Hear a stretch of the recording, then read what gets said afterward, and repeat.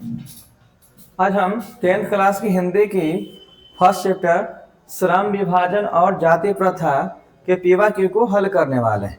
तो चलिए शुरू करते हैं।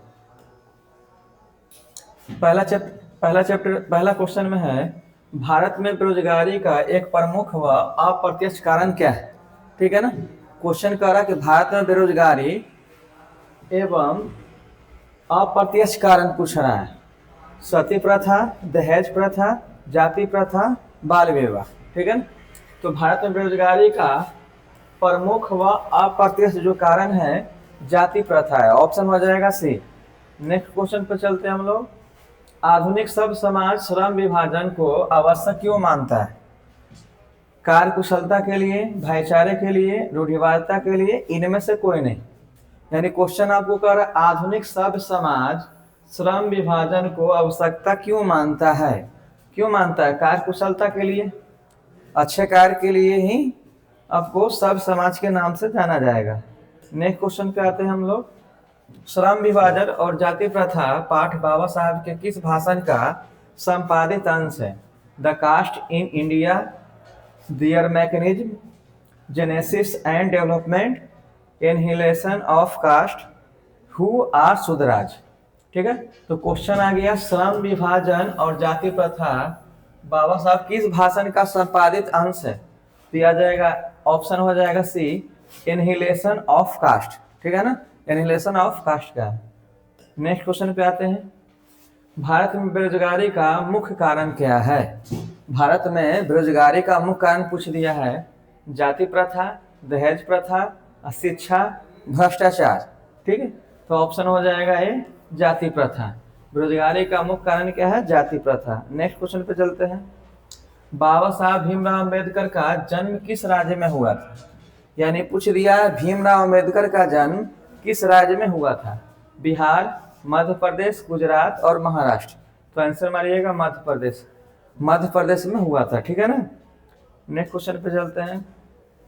बाबा साहब भीमराव अम्बेडकर का जन्म कब हुआ था। ध्यान में रखना, पिछला बार राजस्थान पूछ दिया, सॉरी हाँ, पिछला बार जो है स्टेट पूछ दिया और इस बार जो पूछ दिया है जन्म कहाँ हुआ था। जन्म कब हुआ था। 14 अप्रैल 1891, 20 अप्रैल 1892, 24 अप्रैल 1883, 28 अप्रैल 1894। तो इसका आंसर हो जाएगा 14 अप्रैल 1891। ठीक है। नेक्स्ट क्वेश्चन पे चलते हैं। श्रम विभाजन और जाति प्रथा के लेखक कौन है।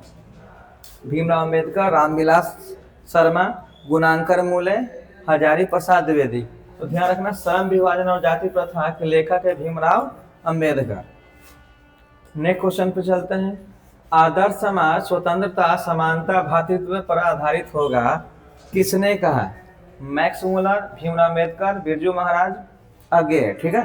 तो यहाँ देखिए आदर्श समाज स्वतंत्रता, समानता और भ्रातृत्व है ना पे आधारित होगा, भीमराव अम्बेडकर ने कहा। ठीक है। ऑप्शन हो जाएगा बी। नेक्स्ट क्वेश्चन पे चलते हैं। मानव मुक्ति के पुरोध किसे कहा गया है। नलिनी विलोचन शर्मा, यतीन्द्र मिश्र, भीमराव अम्बेडकर, अमरकांत। यहाँ क्वेश्चन कर दिया मानव मुक्ति पुरोध है ना। मानव मुक्ति पुरोध के पुरोध किसे कहा गया है। तो आंसर मारिएगा भीमराव अम्बेडकर। नेक्स्ट क्वेश्चन पे चलते हैं हम लोग। भारत में जाति प्रथा का मुख्य कारण क्या है। बेरोजगारी, गरीबी, उद्योग धंधों की कमी, अमीरी।